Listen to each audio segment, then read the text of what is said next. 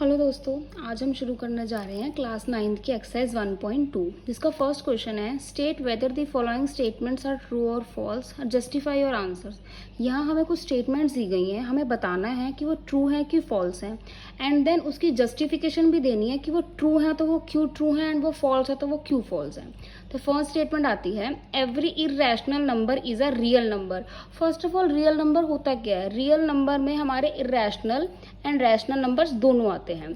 तो स्टेटमेंट बोलती है every irrational number is a real number. क्या हर इरेशनल नंबर रियल नंबर है? यस, ट्रू, क्योंकि हमारा जो रियल नंबर है वो बोथ रैशनल और इनरैशनल की कलेक्शन है। So because real number is the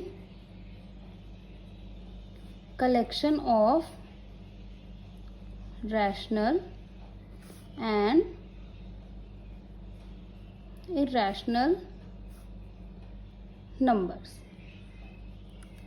इस सेकेंड स्टेटमेंट पे आते हैं every point on the number line is in the form of root M where M is a natural number.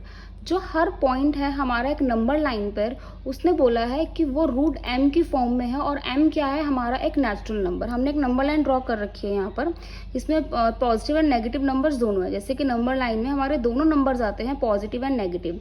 जो पॉजिटिव नंबर्स हैं वो हमारे रूट एम की form में तो हैं, बट जो हमारे नेगेटिव नंबर्स होते हैं वो हमारे रूट एम की फॉर्म में नहीं होते हैं। हम कभी भी स्क्वायर नंबर्स को हम लोग रूट में नेगेटिवली नहीं लिख सकते हैं। तो स्टेटमेंट में कहा गया है every point on the number line, her point जो एक नंबर लाइन पे है वो रूट एम की फॉर्म में नहीं होगा, जहां पर एम हमारा एक नेचुरल नंबर है। इससे ये हमारी स्टेटमेंट हो जाती है फॉल्स, और इसका स्टेटमेंट लिखेंगे because negative number can't be the square root of any natural number। हमारा कोई भी नेगेटिव नंबर स्क्वायर रूट नहीं हो सकता किसी भी नेचुरल नंबर का। थर्ड स्टेटमेंट आती है हमारी every real number is a irrational number. हमारा हर एक रियल नंबर जो है वो इरेशनल नंबर होगा। जैसे कि हमने स्टार्टिंग में पढ़ा था, जो रियल नंबर है वो हमारी कलेक्शन है रैशनल इरेशनल नंबर दोनों की। तो हम ये नहीं कह सकते हैं कि हर एक रियल नंबर जो होगा वो इरेशनल होगा, वो रैशनल भी हो सकता है एंड इरेशनल भी हो सकता है। तो इससे ये स्टेटमेंट भी हो जाती है फॉल्स, एंड इसका रीजन हम लिखेंगे real number can be rational also। तो शुरू करते हैं question number 2। Are the square roots of all positive integers irrational? If not, give an example of the square root of a number that is a rational number. मतलब कि अगर हम किसी भी पॉजिटिव इंटीजर का अगर स्क्वायर रूट करते हैं तो वो इरेशनल होगा। अगर नहीं तो हमें एक ऐसा एग्जाम्पल देना है कि हम किसी भी नंबर का स्क्वायर रूट करें तो उसका आंसर जो आए वो एक रैशनल नंबर हो। तो हम इस क्वेश्चन को 2 पार्ट्स में डिवाइड करेंगे। फर्स्ट ऑफ ऑल हम इस पहले फर्स्ट वाले का आंसर देंगे, are the square root of all positive integers irrational? इसका आंसर नो है। किसी कोई भी पॉजिटिव इंटीजर हो वो सभी के सभी इरेशनल नहीं होते हैं, कुछ रैशनल भी होते हैं। वो नेक्स्ट पार्ट में उसका एग्जाम्पल देंगे। तो सबसे पहले हम क्या लिखेंगे, the square root of all positive integers are not irrational। इसके कुछ एग्जांपल्स देंगे। जैसे हमारे पास बहुत सारे पॉजिटिव इंटीजर्स होते हैं 1 2 3 4 5 6 7 8 9 एंड सो ऑन। इनमें से एग्जाम्पल ले लेते हैं। मैंने नंबर 1 ले लिया एंड 4 ले लिया। अगर मैं 1 का स्क्वायर रूट करती हूँ तो वो आंसर मुझे 1 ही मिलेगा, एंड मैं 4 का करती हूँ तो ये इसका पेयर बन जाएगा 2 इंटू 2, एंड जो इनका आंसर आएगा 2 वो एक रैशनल नंबर है। एक और एग्जाम्पल ले लेते हैं, रूट 9 3 इंटू 3 इसका पेयर बन गया। एंड जो आंसर आया वो क्या है, एक रैशनल नंबर है। तो हम ये कह सकते हैं जो पॉजिटिव इंटीजर्स हैं वो सारे के सारे इरेशनल नहीं होते हैं, उनमें से कुछ नंबर हमारे रैशनल भी होते हैं। इस स्टेटमेंट से ये वाली फर्स्ट स्टेटमेंट हमारी गलत हो जाती है कि सारे नंबर्स का स्क्वायर रूट पॉजिटिव इंटीजर्स का इरेशनल नहीं होता है, कुछ का रैशनल भी होता है।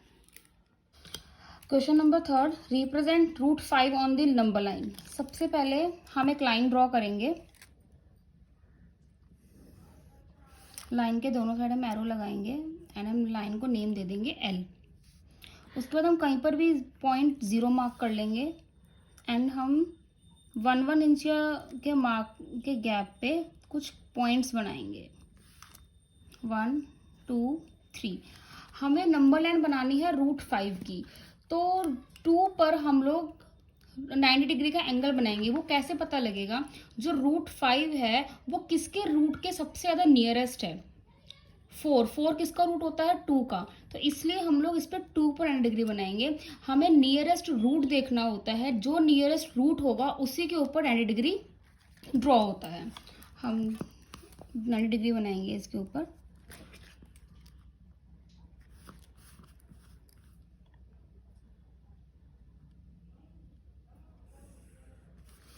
एंड जो 1 इंच का गैप लिया था उसको लेकर हम एक आर्क ड्रॉ कर देंगे इसी लाइन पर एंड 0 से हम इसको मैच कर देंगे।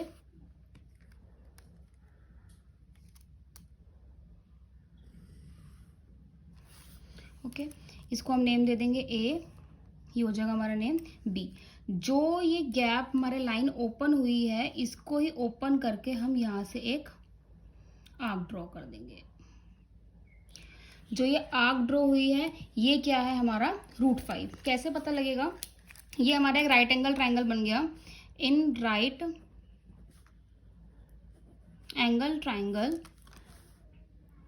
OAB by Pythagoras theorem.